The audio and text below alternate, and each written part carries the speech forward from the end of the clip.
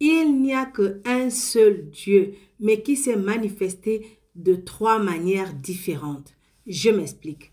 Dans Genèse chapitre 1, verset 1, la parole de Dieu nous dit, « Au commencement, Dieu créa les cieux et la terre. » Néhémie chapitre 9, verset 6 dit, « C'est toi, Éternel, toi seul qui as fait les cieux des cieux et toute leur armée, la terre et tout ce qui est sur elle, les mers et tout ce qu'elles renferment. Tu donnes la vie à toutes ces choses et l'armée des cieux se prosterne devant toi. » Ici, on parle du Dieu Tout-Puissant.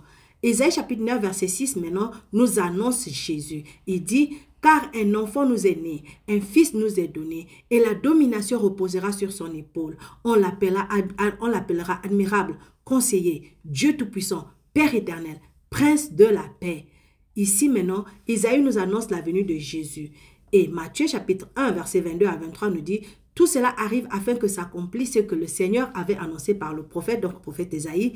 Voici la Vierge sera enceinte, elle enfantera un fils, et on lui donnera le nom d'Emmanuel, ce qui signifie Dieu avec nous. » Donc Jésus est venu vivre avec nous. Il est venu en chair. Il est venu en chair. Pourquoi? Parce qu'il fallait qu'il vienne en chair, qu'il combatte le diable, qu'il gagne le combat contre le diable, qu'il gagne le combat contre la tentation, contre l'humiliation, contre tout ce qu'il a vécu, qu'il meure à la croix, qu'il meure et ressuscite pour que nous, enfants de Dieu, aujourd'hui, nous soyons sauvés, nous soyons délivrés et que nous ayons le pouvoir et la puissance sur l'ennemi et sur toute sa puissance.